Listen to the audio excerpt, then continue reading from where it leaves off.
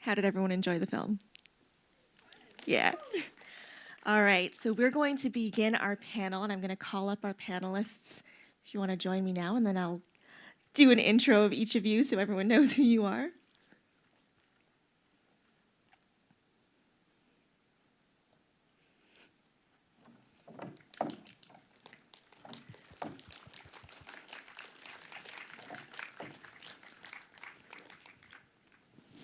All right, so to my left here is Carolyn Hines. She is a tomato meter approved critic, journalist, podcaster, and YouTuber. Her published work can be found on Shondaland, But Why Though, Mediaversity Reviews, joysauce.com, and other online publications, as well as in print as a contributing writer for Pause and Rethink, the 2021 Canada Media Fund's annual trends report. She is a member of the African American Film Critics Association and Time Up Critical. As a podcaster, Carolyn hosts the So Here's What Happened podcast, is the host of Carolyn Talks podcast, Beyond the Romance Drama podcast, and co-hosts the weekly science fiction film and TV live tweet event, #Saturday Night Sci-Fi. She can be found regularly tweeting reactions to her current Asian drama watches and films with #Dramas with Carrie for Beyond the Romance, and she also recently wrote an article for Kofic, is that how we say it? Yeah. The Korean Film Magazine. So welcome to Carolyn, everyone. Round of applause. Next up beside Carolyn, we have Michelle Cho, who studies at the University of Toronto. Her research and teaching areas are Korean popular culture and media, transnational fandom, platforms, and global media. Her first monograph analyzes millennial South Korean genre cinemas, and her current projects theorizes multiple forms of vicarious experience produced in K-pop and its fandoms. She's also co-editing a volume with Jisuk Song on mediations of gender, politics, in contemporary South Korea, and a collection of academic and fan-authored analyses of the Korean idol group BTS. Her public-facing writing on film, K-pop, fandom, and media conversions can be found at flowjournal.org, pandemicmedia.messen.press, Even Magazine, and the Los Angeles Review of Books. So a round of applause for Michelle. And finally, at the end there, we have Grayson Lee. He is a PhD student at the Faculty of Information at the University of Toronto. He researches Korean webtoons, the digital culture industry, and transnational culture, utilizing an interdisciplinary approach to ask how people are imagining alternative realities within and without capitalism. Grayson is also a co-founder of Giant Doma, where he produces podcasts, makes digital college art, and fulfills various other creative impulses. Welcome, Grayson. So let's get right into it and start off with an overview of what we mean by the Korean wave. So Michelle, would you like to summarize this and give us a bit of a timeline, please? Yes, thanks. It's great to be here, and thank you for this introduction and this panel. We're really looking forward to hearing from the audience as well, hopefully at the end of the event, our session. But yes, so what is the Korean wave?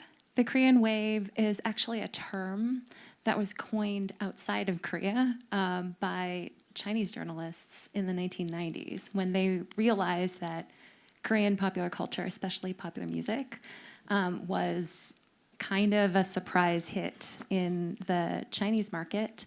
And then it kind of became taken up by fans of Korean content in other places and has now kind of become the term that we use to describe a flood of Korean cultural content in a variety of different sectors, including television, popular music, and cinema, as well as webtoons and gaming.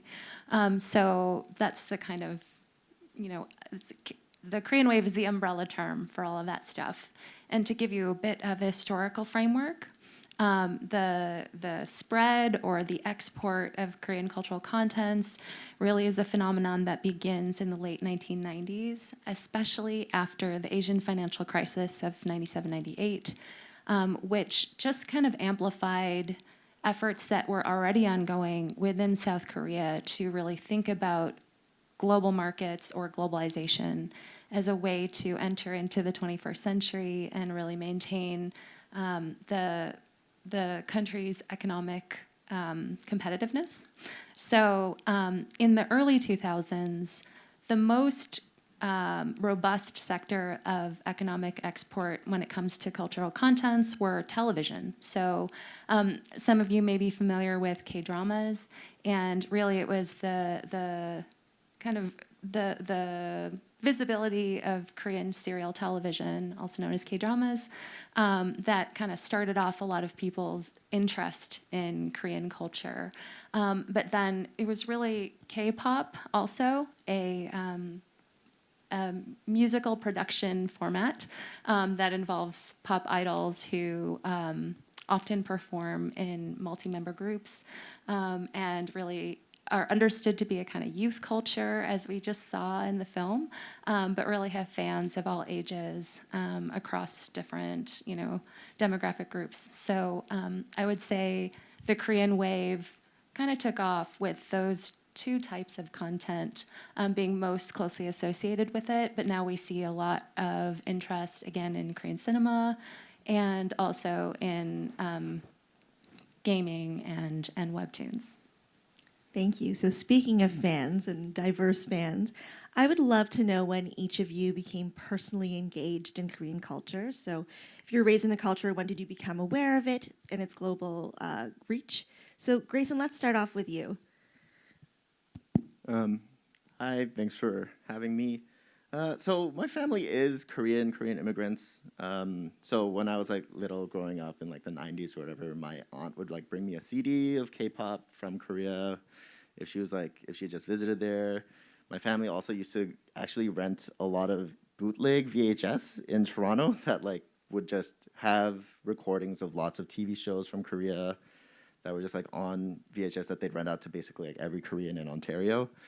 But then when I first became aware of Korea's media global outreach, I actually have a really funny personal story about this. So my father's a very proud Korean, and then in our city, we're in small town Ontario, they had a screening of Old Boy, and he brought the whole family out to go see Old Boy, and that was a very formative experience for me to watch Old Boy with my parents, my younger brother, and my older sister. And that was probably when I first realized that Korean media had reached very far outside of Korea, and then my father was also a little bit shocked by how it had managed to expand, but yeah. How old were you then? I was 14, Okay. so it's the perfect age to be really uncomfortable in that film. Oh my gosh, awesome. Carolyn, what about you? When did you become engaged with Korean culture? I became heavily engaged with Korean culture and media, I would say around 2014. That's when I saw dramas like Scent of a Woman and It's Okay, That's Love. But I'm originally from Barbados. I moved to Canada in 2009, but I knew about K-dramas from back home.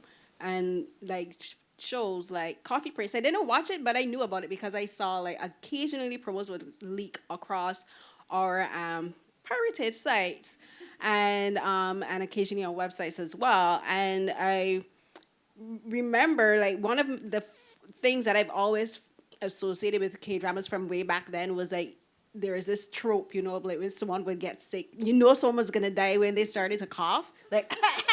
Someone coughed once and they were gonna die. And someone get a nosebleed and it's a brain tumor.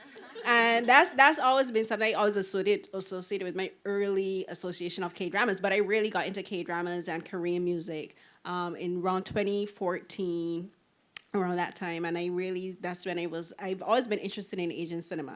In Barbados, Asian cinema, especially Hong Kong and Japanese cinema is a huge part of our film culture. So I've always been attracted and I've always been familiar with Asian cinema content. So becoming more enamored with South Korean content, it was nothing to me. It wasn't nothing new. It wasn't this new revelation. It was just okay, so this is just another country that I can pay more attention to.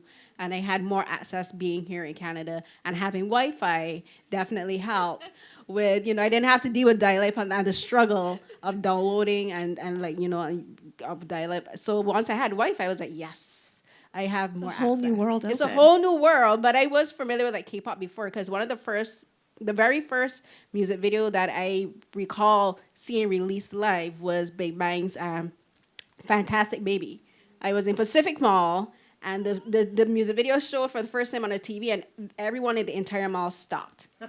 No lie. Everyone in the entire mall stopped and started to look at all the screens, and I was like, yes, I'm like, these are my people. Right? So, but I've always been there. That's such a great story. Also, shout out to Pacific Mall. I haven't been there in so long, but love Me that too. place. I haven't been there in a while. All right, Michelle, what about you? Well, so I grew up in the 80s and 90s. And at that time, I remember my parents, like Grayson's parents, would rent VHS tapes of Korean TV shows. And that's really, how they kind of kept in touch with the culture. I mean, a sense of kind of cultural belonging, because television is so important for that. But I was really uninterested when I was younger. Often they were watching these like historical dramas that I found kind of confusing but also repetitive. And so I didn't really get into dramas myself until so my first drama was Coffee Prince, 2007. And I started to realize that this was a form of content that I was really interested in. But yeah, I worked on a PhD on Korean cinema, and I really thought that the film world was a space that, I don't know, was very intellectually and artistically and aesthetically interesting and valuable. I think that cinema can often be regarded as art, whereas television and pop music are seen as commerce. But while I was working on my dissertation, I was watching so much Korean TV because it was this escape. I mean, I really, really enjoyed it. And then it kind of occurred to me that I could also write about it too. But yeah, so I went from, really focusing my research on cinema to thinking a lot more about television, and then realizing that the celebrity cultures, they're all blended. You can't separate out the different media forms. And then I got really into K-pop right around 2011, Fantastic Baby. And then Psy's Gangnam Style, of course, was a watershed moment. And so my journey was really through different media. And it really kind of became amplified after I would say like 2013, 14, when YouTube became such an important platform for the way that people were encountering, especially K-pop. So speaking of mediums, Carolyn, which one do you follow most closely?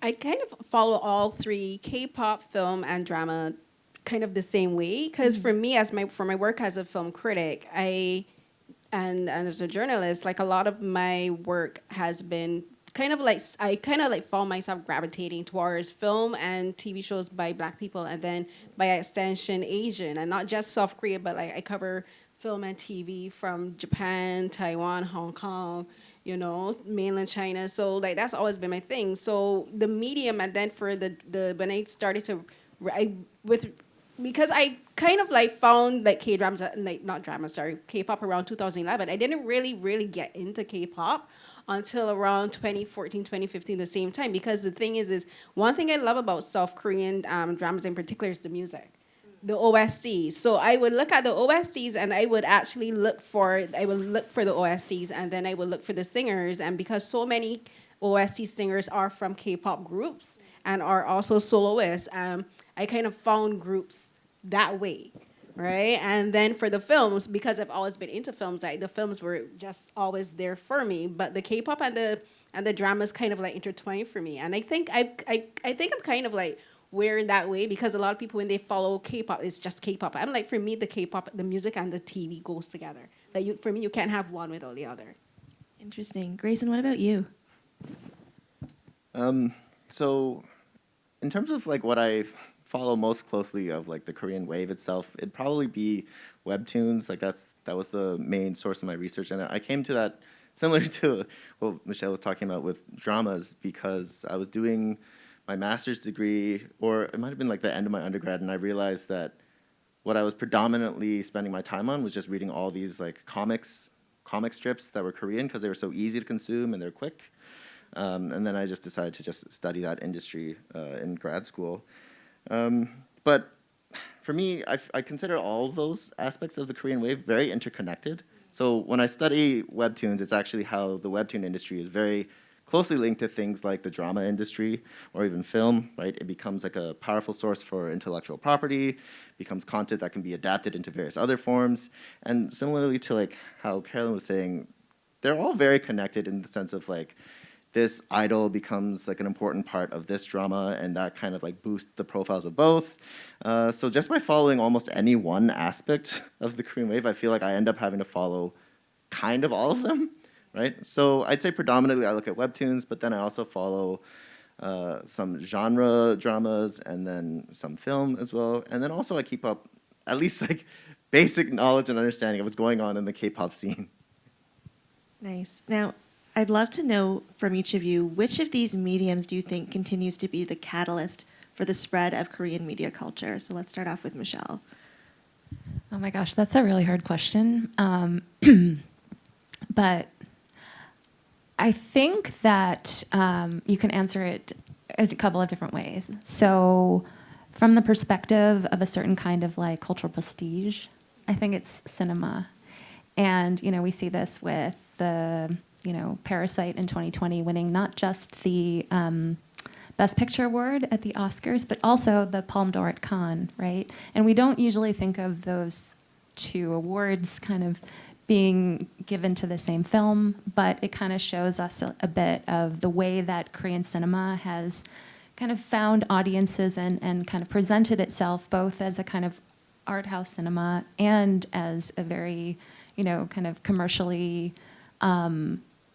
successful, but, you know, quality picture in the Oscar sense, right? So I think, you know, so we're here at the TIFF Lightbox. You know, if you think about the way that film festivals have been important platforms, I guess, for helping Korean cinema reach new audiences. I mean, this is a realm in which I think people's encounter with new cultures through cinema is connected to, I think, values that we tend to hold as important and culturally significant in a way that sometimes we don't think about popular culture cultures that we think as more ephemeral.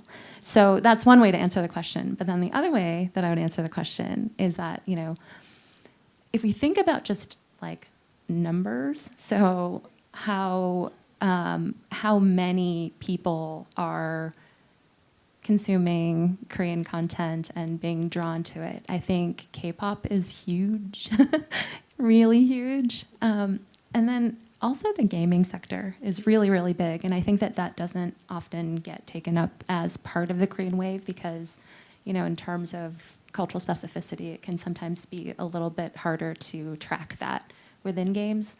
So I would say K-pop, if we're thinking about just like numbers, how many people are becoming aware of it, and then cinema for this other set of concerns.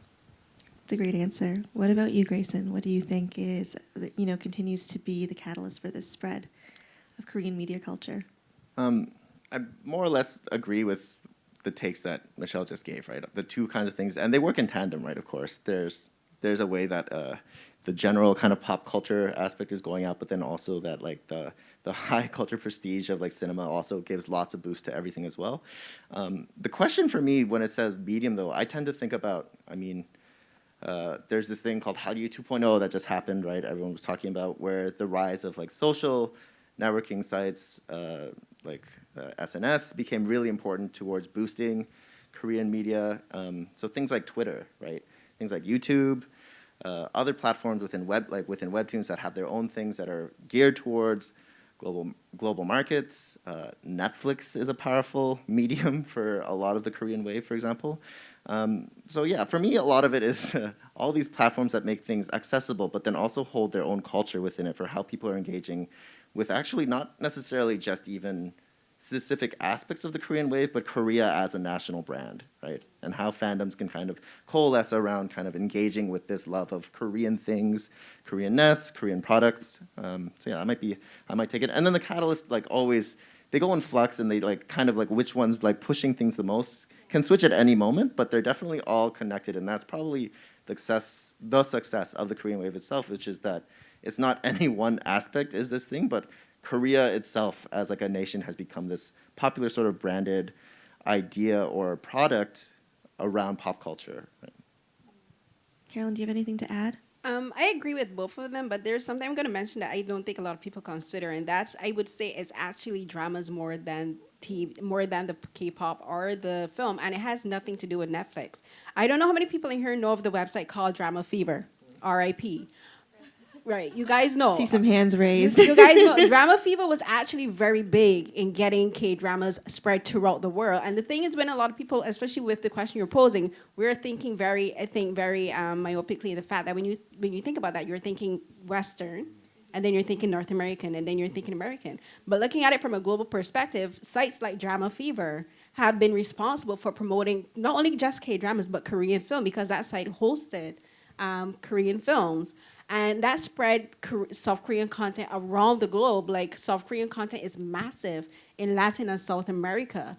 It's huge in Southeast Asia in particular. Like some of their biggest fan bases are in places like Thailand and Vietnam and Malaysia, right? And like sites like, as I said, Drama Fever, but then there's also other sites that, like fan sub-sites in particular, have done a huge job of promoting South Korean dramas and film. And then K-pop comes for that, because as I mentioned, the thing with K-dramas is, the one thing they've always been very careful of is promoting, cross-promoting different cultures. Like we talk about PPLs, product placement.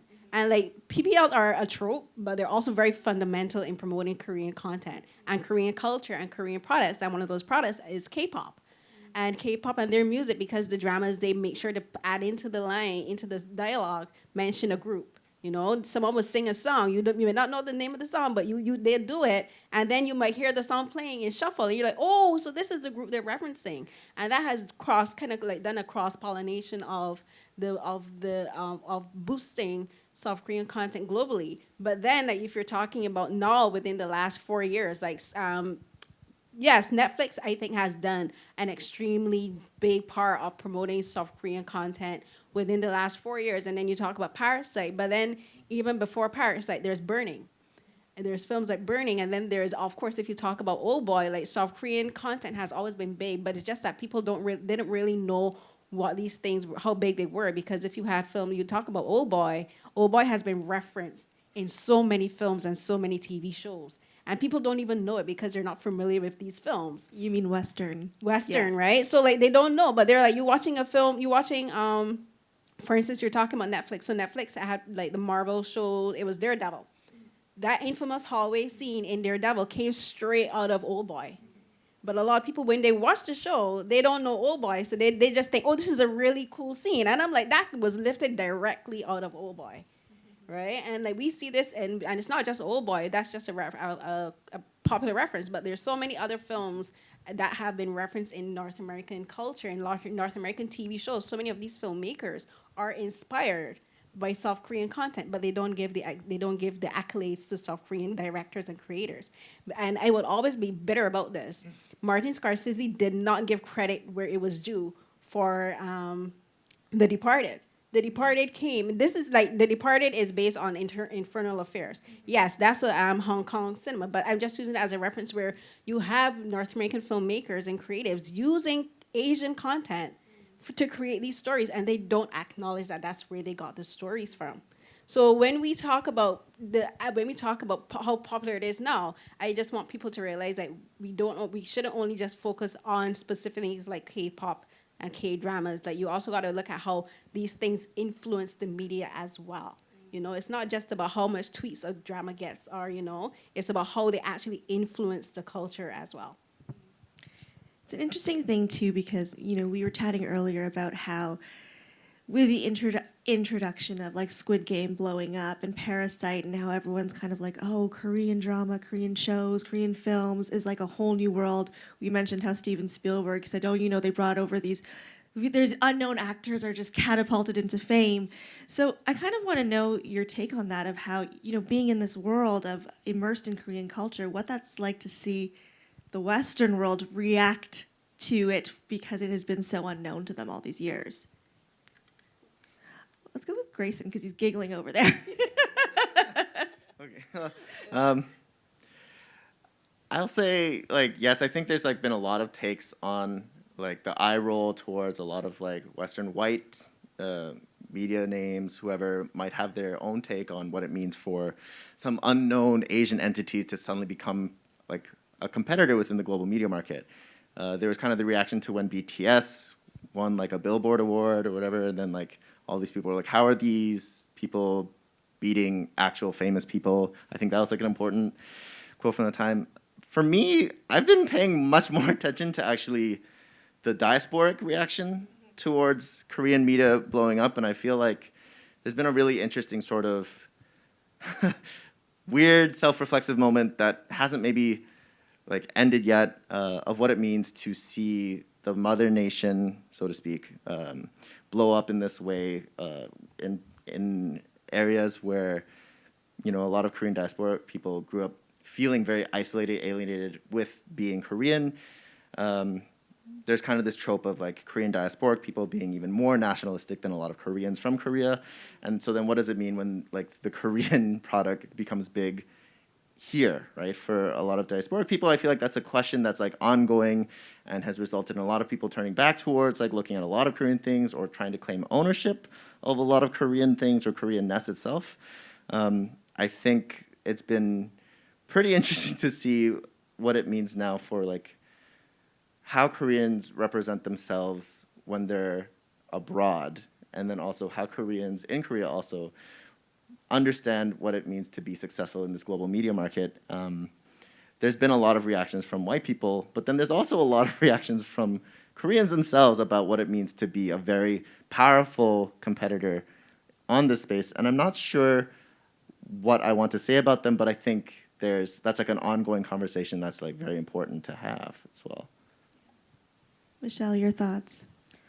I mean, so I'll speak first personally. You know, I'm Korean American. I was born and raised in Chicago, again, at a time when a lot of my classmates in elementary and junior high didn't know what Korea was. They were like, is that in Japan or China? You know, so there really wasn't a lot of awareness of Korea.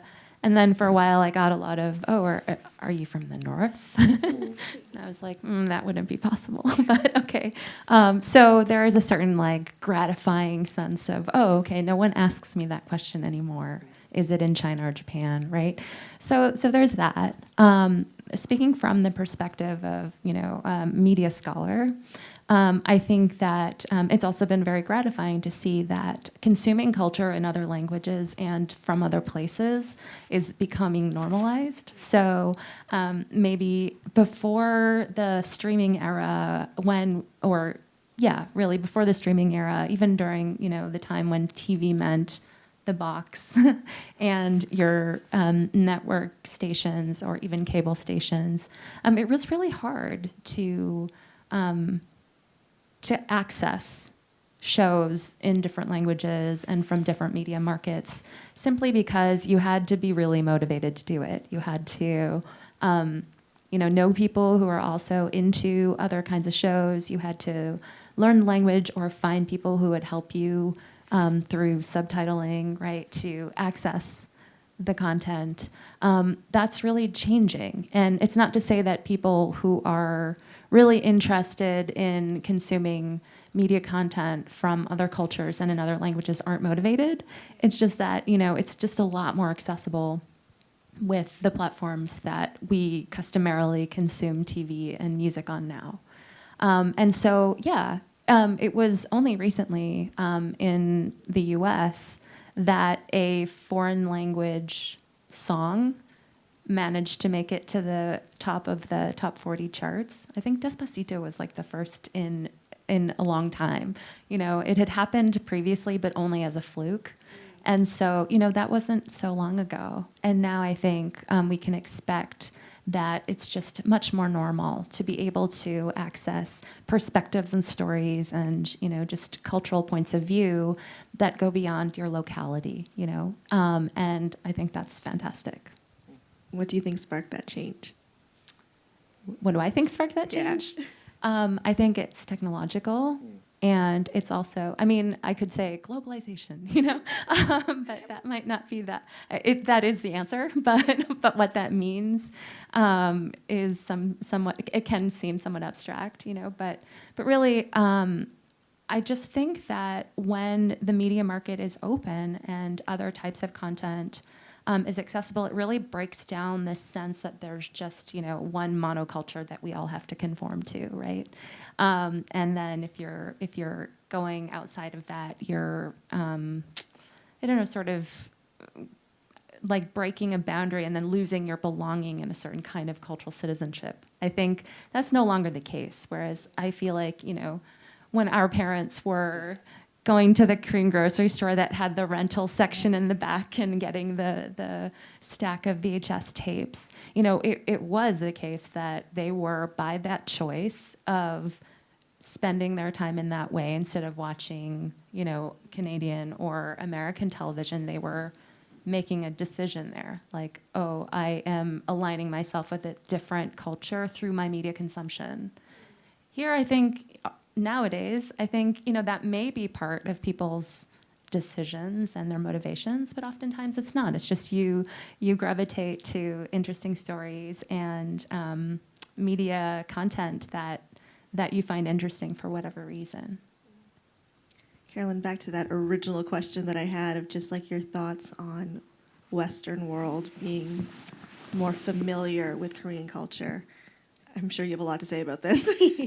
Okay, so I'm a naturally very critical person, and not critical in the sense of negative, but I've always been the person that when I look at something, I always take a step back and say, let me look at this from a different perspective. And especially as my work as a critic, I'm starting here because I'm going to give an explanation for why I'm going to say what I'm saying. As a critic, my job is to, when I watch a film, and I'm going to write a review or write an analysis, I'm going to review the content that I'm seeing and say, okay, is this worth, not that it's worth watching, but my perspective as a critic is to give a different perspective of the story being told. Like the director shows something, the actor has to do this, and my job is to say, okay, this is what I believe they're saying, but this is also my interpretation of what they're being said and of what's being said. And a lot of that, I find my natural voice it comes from the person of us, from the perspective of us, not only as a Black woman, but as an immigrant. So talking with regards to K-Media and its popularity in the West, I would say, again, a lot of what we're talking about is within the last, 4 or 5 years, 2019, particularly coming from Burning and then Parasite, where it's gotten like this, like people are calling it the new Hallyu wave. So like this is what we're in now. And a lot of this attention has been extremely positive, but it's also been very negative. And my perception is that with the good, there's always the bad. And Grayson and Michelle kind of give the positive. I'm going to give the negative. And the negative is that there's this kind of otherization of South Korean content that has been going on. And when I say that, if you look at, for example, there are shows like Crash Landing on You. And what's happening is you have these North American studios, including Netflix, which has been co-producing Korean content, ironically wanted to make American adaptations of South Korean content. And there's that, and then the CW is also talking about doing a couple adaptations too. And then there's also other, like even Parasite.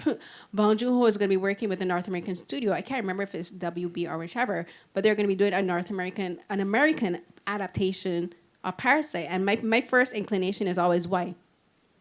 Why are you doing this? Why is the content not good enough the way it is? We, people who've been watching Korean content, whether it's South Korean, whether it's Japanese, Chinese, West Indian, whether it's South Asian or South Indian content, watch it in the original content. People of color, we watch white people's story the way they create it. You know, we never asked them to say, okay, go on, you make this story, go add on a dialect to it now, you know? We don't ask for subtitles, and we understand it.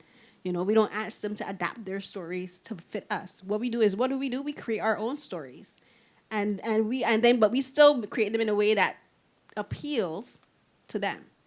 You know, and that's been happening and that's becoming increasingly a problem with how South Korean content in particular is being consumed by Western media and Western audiences. And I mentioned Western media because if you look at how the media has been reporting on these stories, it's still with an authorization. You know, they're still saying, oh my gosh, we are still so fascinated that this amazing content, whether it's a K-pop group or it's a K-pop or it's a Korean film or Korean drama, is coming out of South Korea. And they're fascinated. And I'm like, it's 2022. Why are you still so fascinated that you're getting this extremely good content coming out of it? For one thing, you shouldn't be surprised of it coming out of South Korea because South Korea has better technology than most North American studios because the technology they're creating comes from South Korea. Samsung is there, for goodness sakes. Your phone that you're using came from South Korea. Why are you so baffled about their ability to create this amazing content? Why are you so baffled about Japanese content being amazing when the car you're driving is a Japanese car? You know, and then when you're talking about adapting it, and people always say imitation is the best form of flattery. To me, it's an insult, actually. What I'm creating should be good enough for you the way it is. So if you're talking about you want and then there's the way they're comparing everything to Squid Game or Parasite. Why is Squid Game and Parasite your only frame of reference? When there's literally thousands of K-dramas there existing. There's thousands of Korean films that have already been existing. You talk about K-pop. Why is BTS your only frame of reference when there are other K-pop groups touring within North America at the exact same time? And I call this there can be only one phenomenon within North American media in particular, where if something is popular now, it can only be this one thing that's popular. You know, if you look at how Squid Game in particular has gotten all of these amazing accolades and all of these, which is earned, but all of these nominations and these awards, and the way Netflix, I don't care if Netflix never works with me. I don't care. I'm being honest. I talk about this on Twitter constantly. I've written articles about this that has been published. So I'm not saying anything now that I haven't said before. And the thing is, like, the way how Netflix pushed Squid Game, and they pushed it not necessarily because they really believed in the content, because I watched Squid Game before it became this big thing on Twitter. I even tweeted it before it became. No one cared. But when did this start caring? When people started to talk about the violence within Squid Game. People were like, it's bloody, it's gory, it's violent. And then what happened? It started to get all of this attention, but no one was talking about the actual content of the story of Squid Game. No one was talking about the cultural references. No one's talking about the actual history that's being referenced in it. And this happens with the films too. They talk about Parasite. Parasite, it's talking about social economic inequality, but how? How is it talking about it? How is it talking about sexism? How is it talking about patriarchy? None of that discussion is happening. People just want to use it for a meme. They're like, I can use this meme of Song Kang-ho driving a car. But what is the social context with that? It's not just about rich versus poor. It's a man driving a woman too.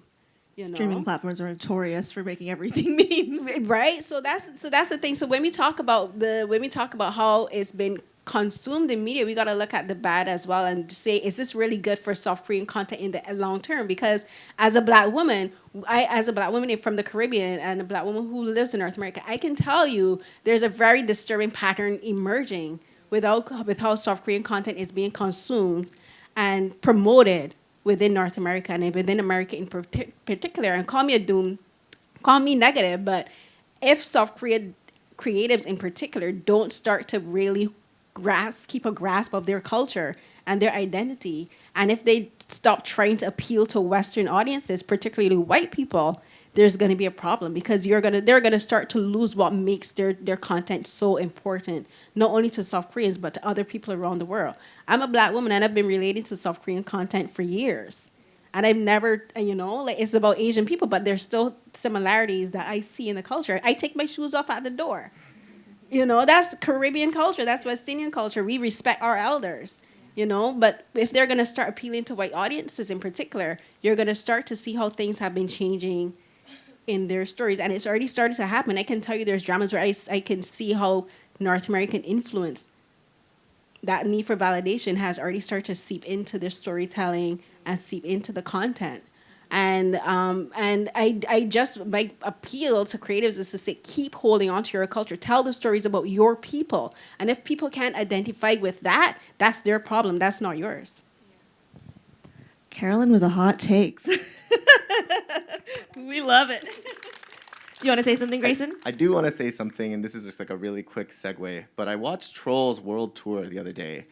And so if anybody doesn't know what Trolls World Tour is, it's this story about this world of trolls that has like all the different genres of music that are like need to like come together, but then rock is trying to take over the world. The important thing is the protagonist is pop. It represents pop genre. And there's one scene where the pop trolls are trying to do like a medley and show their music to the country world. And included in this medley of pop, suddenly comes out Gangnam Style. And so there's this interesting thing where Gangnam Style is thus considered part of the pop world. But then later on, you find out that there's these assassins that are sent out to get some people, but they're actually K-pop assassins. And they're listed as a subcategory of pop.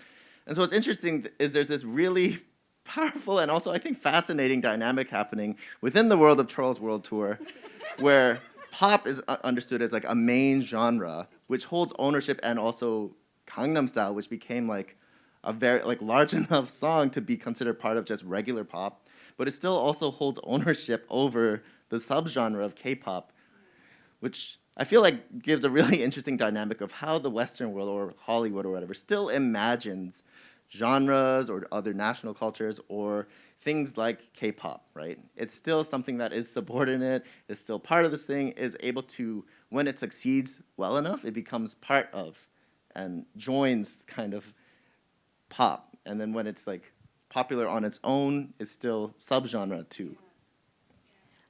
If I could add just one quick thing. Go for it.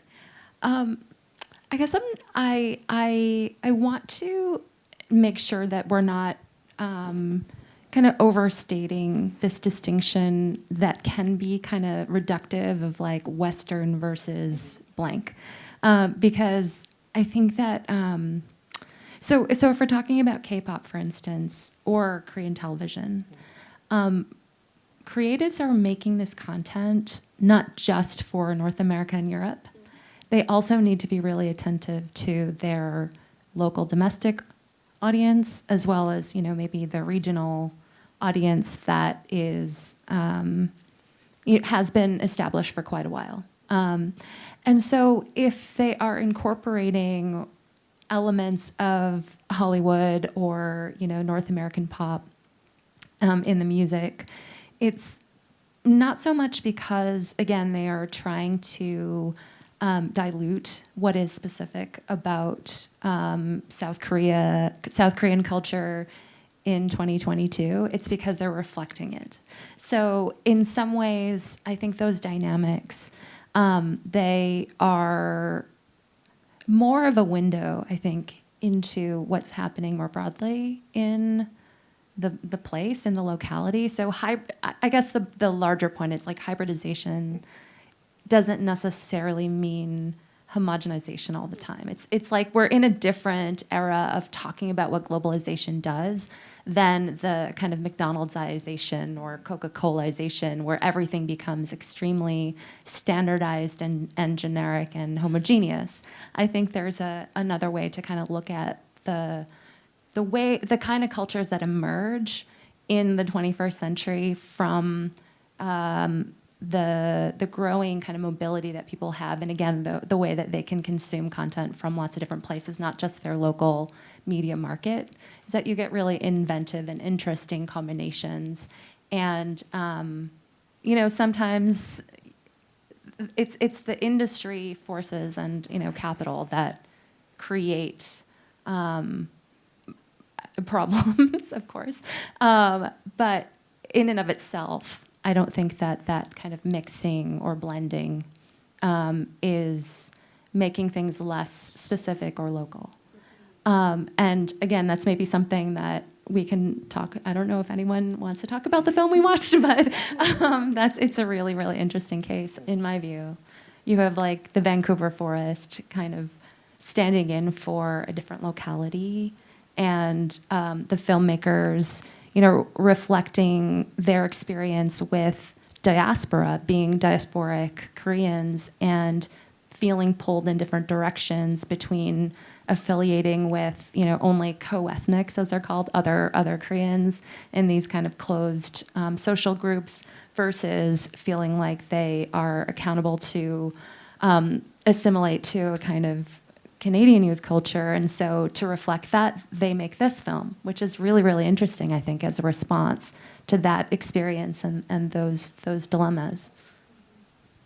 Thanks, Michelle. So this film was really about the fandom. So I want to get all of your takes, but I'm going to start with Grayson first on what is your opinion on both the positive and the troubling aspects of this Korean wave and its fandom?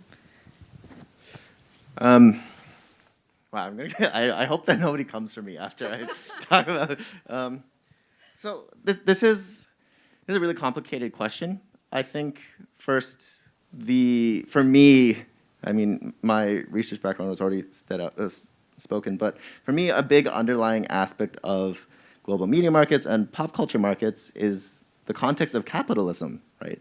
This is absolutely a very heavily capitalist and exploitative industry, and lots of the things about even how we can come to understand what K-pop or Korean wave itself is a little bit complicated if we start to break it down in terms of like what it means in terms of capitalism and also national branding. If we consider that most of the choreographers for a lot of like K-pop dances are not Koreans, how does that affect things? A lot of the tracks themselves are produced by people who aren't Korean. Does that mean anything? What does it mean then to produce all this thing with lots of like global elements, but then have like a Korean face, or oftentimes actually not Korean face, as kind of the representative for this thing that gets branded as belonging to Korea, but Korea as some kind of formation of like the nation state itself, right? So this is kind of complicated, and that's like the industry side. The fandom, I think, is even more complicated in that there's so much going on, and they're also terrifyingly powerful on the internet. And like for lots of good ways and bad, and lots of great ways, and also like more complicated ways. I think like the amount of social capital that the fandom actually has is a force to be reckoned with, and something we should consider for things like how soft power works between militarized states, right, nation states.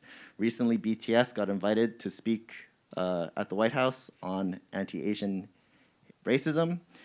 I think like a question I really want to pose, and not necessarily answer, but I think the tension itself of the question is what I want to focus on, is after 3 years of observing like increased anti-Asian racism, a lot of hatred towards Asian people, does loving idols more equal less Asian hate?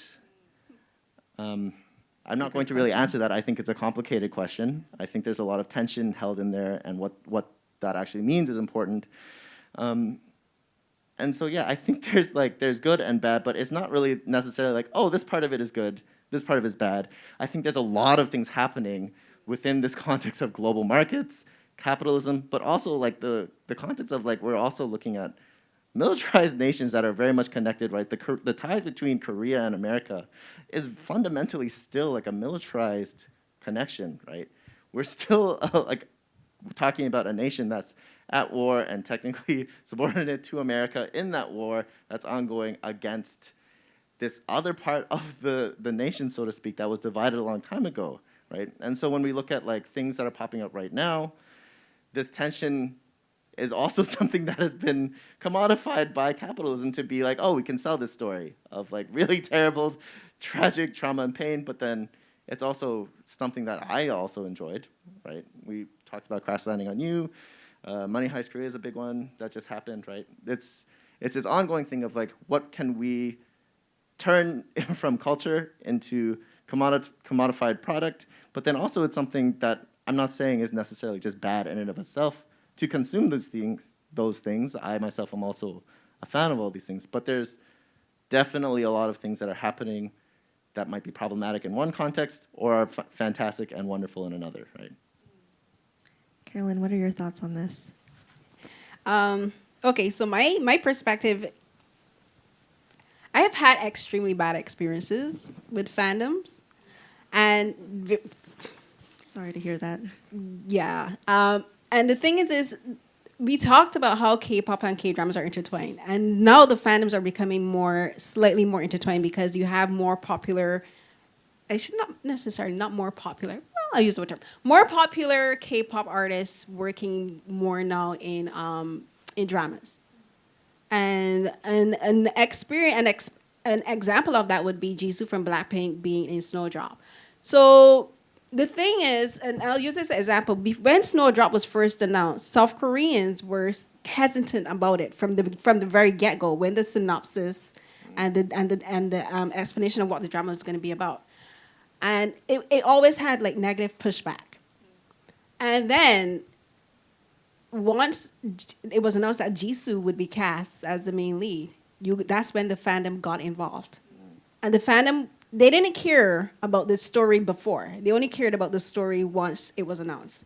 And they were saying, you support Jisoo. You have to support it. And like South Koreans were saying, this is kind of slightly problematic. It had nothing to do with her. We were talking about the story and the history. And I remember like someone on Twitter asked me, will I be watching the show? And I said no.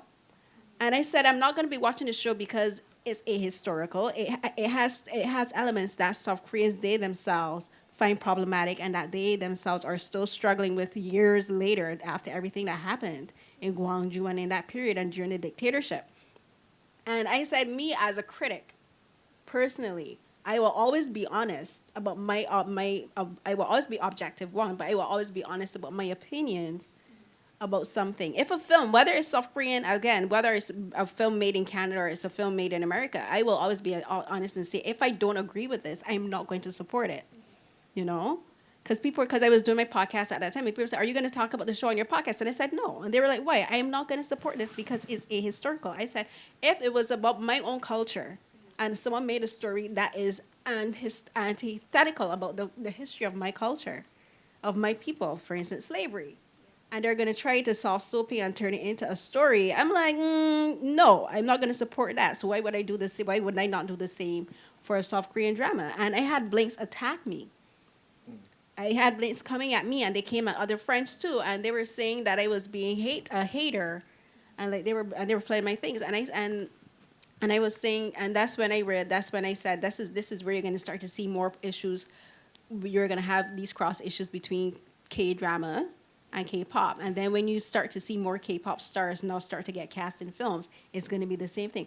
While fandoms are great for promotion, free promotion at that, these companies don't got to pay for no promotion, because the fandoms will do all the promotion for them. That's good. But then you also got to talk. But then you also have to look at the battery and look at how this is. It very easily turns into harassment. It very, very quickly turns into harassment. And then that's where you have to start looking and say, how is this going to reflect negatively not only on the fans, but also on the artists and on the production companies and the dramas. And when you have these companies who don't stand up and say what you guys are doing is wrong, it does reflect badly on them whether they think so or not. You know, and we've seen that happen. We've seen, like, again, I've talked about K-pop, and I have fans from different fandoms, not just Blinks. I've had armies and other fandoms come at me for speaking up and being honest. And they've gone after other people too, journalists and stuff. And like, if you're going to be going after journalists, what you're attacking people who are actually very fundamental in also the coverage of this content. You know, if what you're asking for, you're not asking for critical coverage, you're asking for pandering. Right, and that will affect how Korean content is affected, because if you start to notice more only positive coverage of Korean content and nothing super critical, it's going to be a problem, and that's why I always try to look at things from both the good and the bad, and even in the middle. And it's like I'm always objective, because one thing I always do is always ask other people, am I being too critical? Am I being hypercritical? I always check myself, and I always ask people to check me too. And no, to me that's very important, because I want to make sure that I'm not being subjective. I always want to be objective.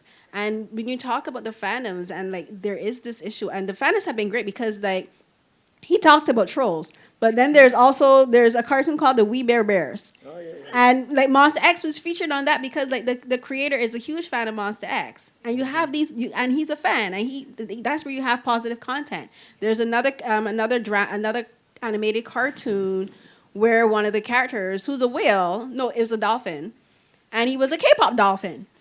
It's a Netflix cartoon, and it's blanking my mind, but I was like, this is amazing. And he's not associated with any group, but like you just had this positive reference of again, Korean content. And again, these things are being created by fans, and they're also being created to appeal to fans. So that's where you have the positive references and the implications of fandoms. But then again, me being me, I'm like, you also got to look at the negative. And I talked about dramas. So we talked about Squid Game before. I'm going to talk about, there was a film that came out, Nat, help me. Is it Love and Leashes. Love and Leashes. And that starred, So Young from Girls' Generation. And like for a lot of us who are fans of Girls' Generation, I was like, I'm gonna watch it anyway because it's thing. But then I'm like, ooh, So Young too. And then like a lot of my friends who are fans of Girls' Generation, they were like, we gotta watch it. But then what had happened was because that film is based on a webtoon, and it's about basically BDSM, a relationship where the characters are into BDSM. And like so many people are like, ooh, we're gonna get all of this risque stuff and it's gonna be all this sexy. And I'm like, you people have no idea what you're talking about, because if you were familiar with South Korean content, you would know that this is something for general audiences. Is not gonna have the nudity you're hoping for.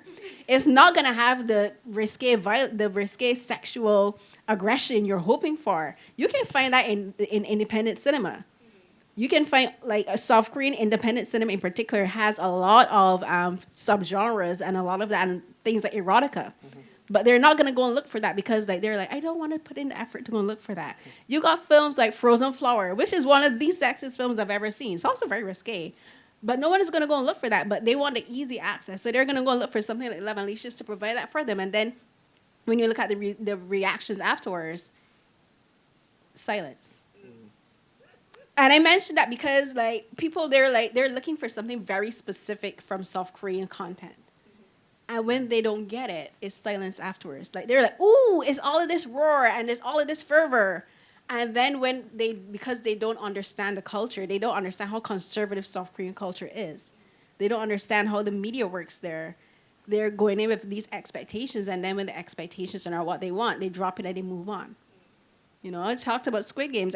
There's a drama that came out after Squid Games. All of Us Are Dead, another drama based on a webtoon. And people are like, ooh, and this is the media, the critics and journalists were saying, the next Squid Game, the next Squid Game. I'm like, this is not going to be the next Squid Game because it's two completely different stories being told. I've read most of the original webtoon, and I read it before the drama showed. And I'm like, you guys this is like apples and oranges, you know?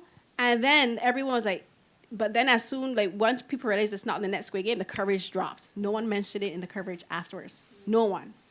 All the magazines and the outlets that were talking about it didn't mention it ever again.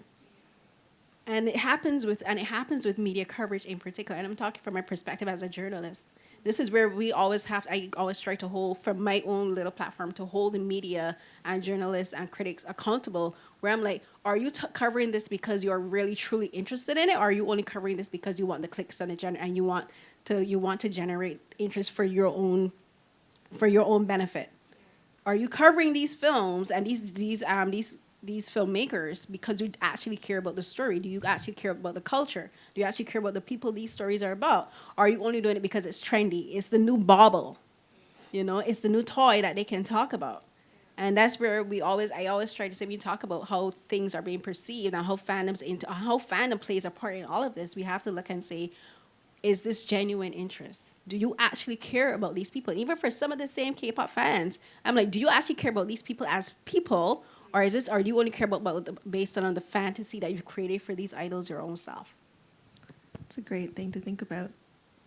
All right, I'm going to open up the floor now. If anyone in the audience has any questions, we won't be passing around mics, so if you do have a question, I'd love if you could project.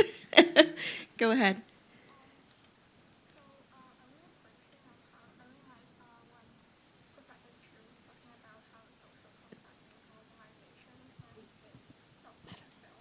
I can give her my mic.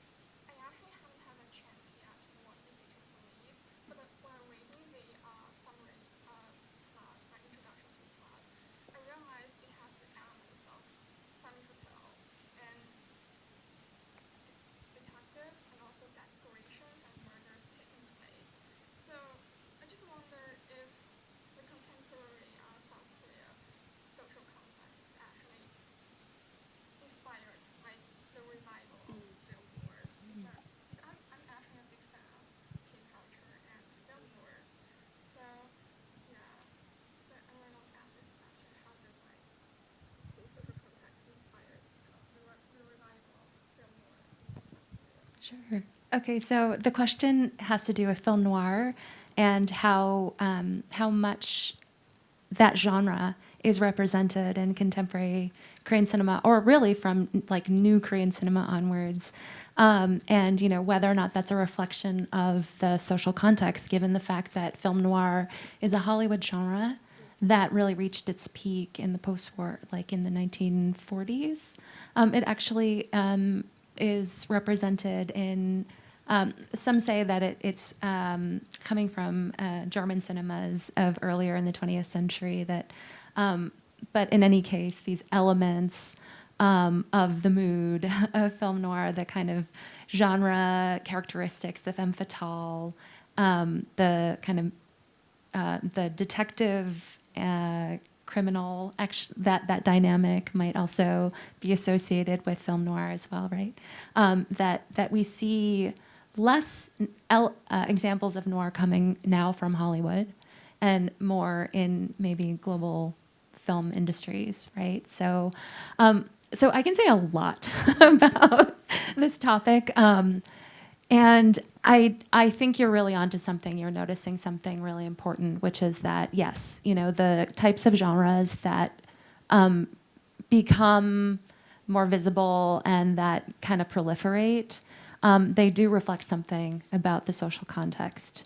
Gangster cinema has been an incredibly important genre in South Korea since really the 1980s onwards. But it really kind of amps up during the post-IMF period, as I was talking about, and you see a revival of it, or a return to some of these tropes of this kind of like underworld versus, or almost like a kind of similarity in the structure of organized crime versus, above board kind of organizations like the police or even the corporate world, right?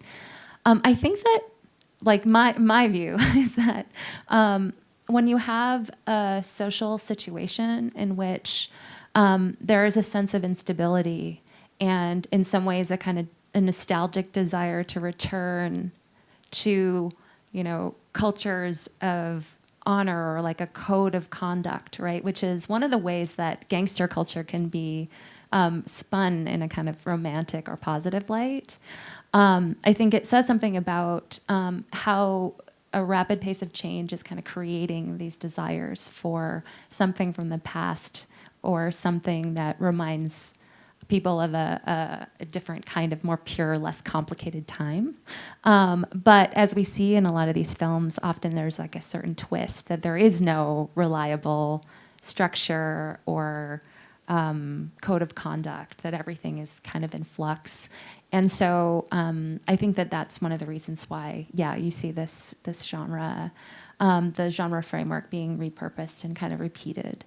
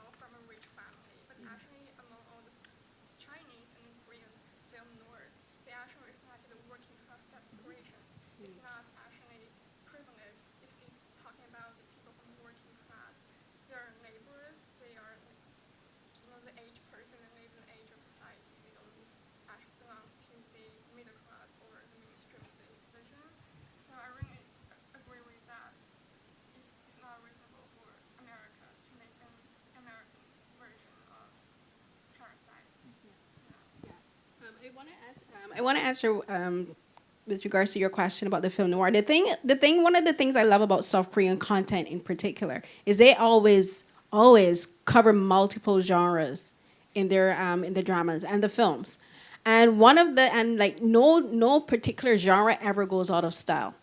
because one thing, because they have all of these different, like you have TVN is known for producing dramas of a particular genre. OCN is like would do a lot of noir genre and horror and thrillers, and like you will find dramas of every genre, including noir, being released every year. You know, you have like the Vile City Bad Guy / Vile City series, which is heavily influenced by film noir voice. The first 2 seasons of Voice is influenced by noir. You know, you have I would even say like horrors such as Kingdom has noir elements to it, and like that's one of the things that makes South Korea very unique, is that you have all these creators who are able to tell stories, especially about the middle class and about the struggle, and also have historical context using all of these genres. Where, as you said, I agree, because it is true with regards to like North American influence with regards to noir. A lot of it is about prestige. Like noir has noir, when you have filmmakers using noir, it's more about the prestige of noir itself and how it has been glamorized by Western and European cinema in particular. You know, it's just about I'm going to make a film in the noir genre because it's fancy, it's prestige. You know, whereas it's not really about telling the story, and how, because noir is known to have a very gritty element to the storytelling, they're not interested in using that element of grittiness to tell a story of people who live in gritty situations. And as you're saying, like South Korea is known for that. That you have, like as you said, like the gangster subgenre of storytelling uses noir because they work very well. One of my favorite action films is The Man from Nowhere, and The Man from Nowhere is a noir action, but it doesn't have the glossy the glossy appearance of a noir of noir. What's the word I'm looking for? Aesthetics. But it's very noir centric, and it's very noir influenced. There's even a film like called The Suspect with Gong Yoo, which has noir elements, and that's an action film. And that's something I love about South Korea, and that's one thing that their creators are very, I think, are brilliant at, is using all of these genres from across the world, influenced by especially by Western and European filmmakers, and they're saying we're going to take this and apply a South Korean sensibility to it. All right, we have time for one more question. I see someone far back there. I think you're wearing a hat. Yeah. For Grayson.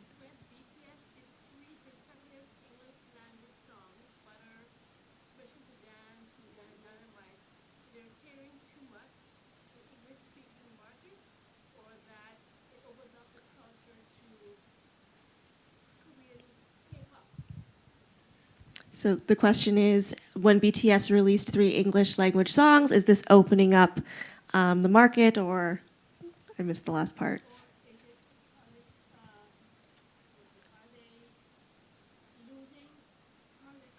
Or are they losing part of their culture by doing an English song? Are they opening up too much to other audiences? Are they catering too much to foreign audiences? Are they losing some of the stuff? Or is this like better in that it's opening and bringing in more potential fans? Mm-hmm. So I'll start by saying that BTS is very special. I don't know if we can really just say like this is like the way BTS handles things is the way that all K-pop groups can handle things. It's very different, and part of its key difference is in its fandom. To be honest, like Michelle's probably better to speak to this than me, but I'll just, because I was offered the question first, my take is that BTS, in terms of what their context is, the way their fandom works, it makes sense why they've made those decisions. Also, their context within the global media market, right? It's also, when they're making English songs, they're also not just making English songs by themselves, they're also doing features with like very big Billboard artists who are based in America, right? So there's kind of like a different thing going on there, where we don't even really need to think about like, are they being not Korean enough, or like what is BTS really doing? Is they're performing on a global media market stage, and they've made a very specific decision to release English songs for reasons that, you know, actually succeeded fine. So if we think about like the logic of how BTS was working at that time, when they're in like a global media market and their main goal is something like, you know, like honestly like consumerism, catering to their fans, catering towards the market needs, when those songs all did very successfully, we can't say that was really a wrong decision under those kind of like guidelines, right? In terms of like if they're losing some sort of like, like true like honor system towards their Korean fans or something.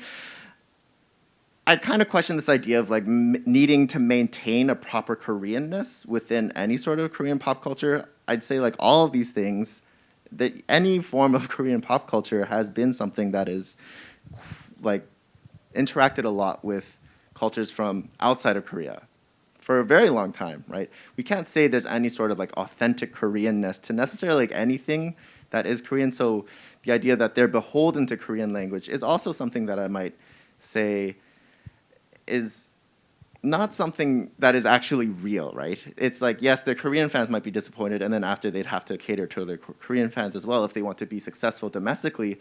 But a lot of times BTS was actually less interested in their domestic fans, and originally their domestic fans weren't really as powerful as their international fans too. So yeah, that might be how I take on it. Michelle would be a very good person to pick this out. I mean, I'll just very quickly. So Dynamite, the first English language only single from 2020, it was a song that was really promoted by Columbia Records, which is BTS's American distributor, and they were really looking for a crossover hit. And so I think the band was really, I mean, they said as much as they could, given the constraints that they have to not lose Columbia Records money, saying that this was a song that was given to them, and they didn't actually have anything to do with writing the lyrics. So they were kind of telling their fans in a slightly veiled way that, you know, they were doing something that they felt like they had to. And so I was skeptical of it too for a while. The other English language singles were actually pandemic. They were kind of, they followed during the pandemic, and they were really the group doing something a little bit differently than their normal kind of releases and such. But after talking to fans, there's this whole group of, you know, what are called pandemic army. So people who became BTS fans during the pandemic. So they were really into Dynamite. It was accessible, it was on the radio all the time. They understood all the lyrics. And that was the kind of gateway into their deep dive into all of BTS's Korean language content. So really, ultimately, it had the effect of getting a bunch of people who were not interested in Korean culture before to become really interested in it and really want to learn about, again, culture, history, etc. Awesome. Well, that being said, thank you so much for being here, Carolyn, Michelle, and Grayson. Thank you all for joining us, and that concludes our presentation.